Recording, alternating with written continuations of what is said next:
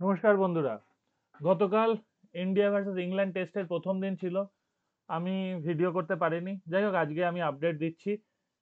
আজকের আপডেট হচ্ছে 264 কিন্তু হিসাব মতো 264 কারণ ঋষভ পান্ত তার পায়ের আঙুলে যা চোট পেয়েছে, মনে হয় না এই টেস্টে আর খেলতে নামতে পারবে।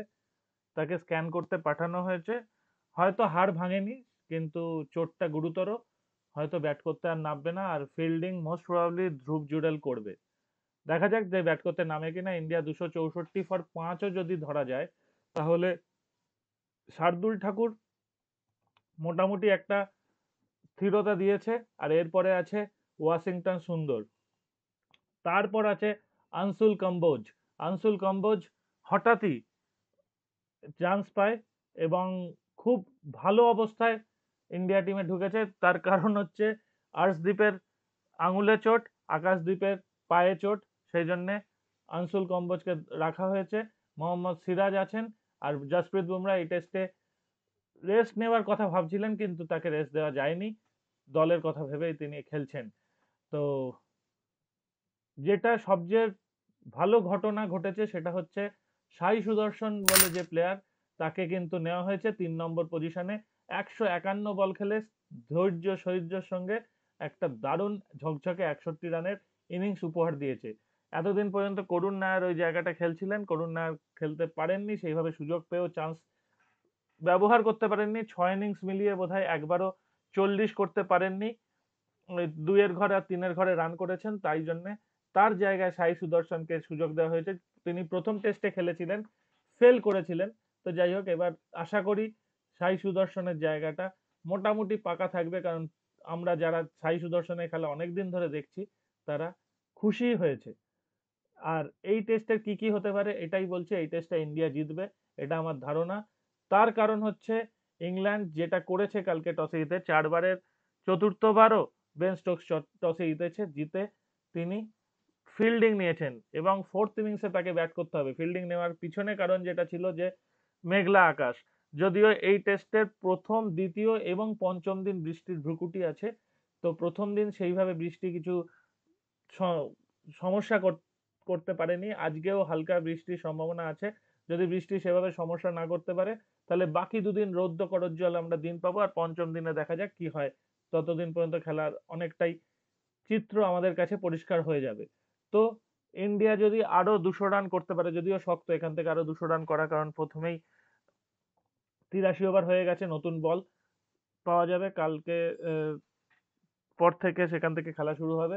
তো নতুন বলে এই উইকেটগুলো তাড়াতাড়ি পড়ে যেতে পারে এবং ইন্ডিয়া একটা উইকেট অলরেডি, হয়তো ঋষভ পান্ত যেটা বললাম ব্যাট করতে পারবেন না, তাহলে 9 উইকেট পর্যন্ত ব্যাট করতে পারবেন। এখান থেকে যদি 150 রান করে, তাহলে 414 রান হয়।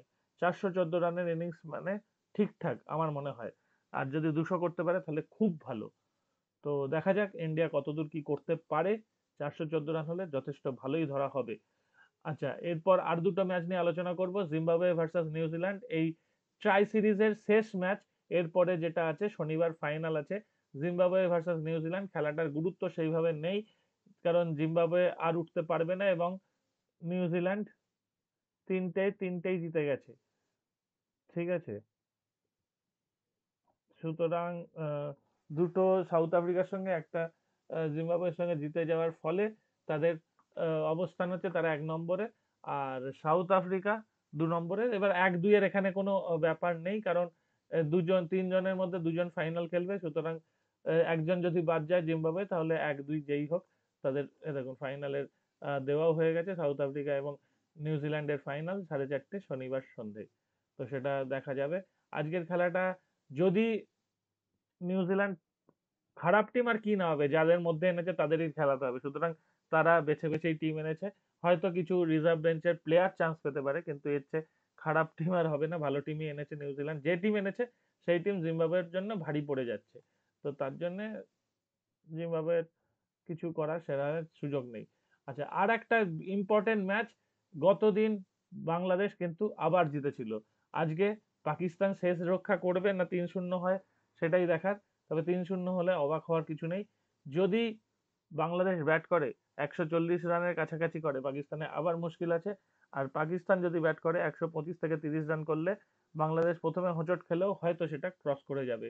পাকিস্তান 150 ক্রস যদি না করে তাহলে পাকিস্তান এই ম্যাচ প্রথমে ব্যাট করেও জিততে পারবে না, আর বাংলাদেশ 150-এর কাছাকাছি করে দিলে পাকিস্তান এমনিও জিততে পারবে না। তো সেটাই মনে হচ্ছে মিরপুরের পিচ। আর বৃষ্টির সম্ভাবনা যতদূর মনে হচ্ছে তো নেই।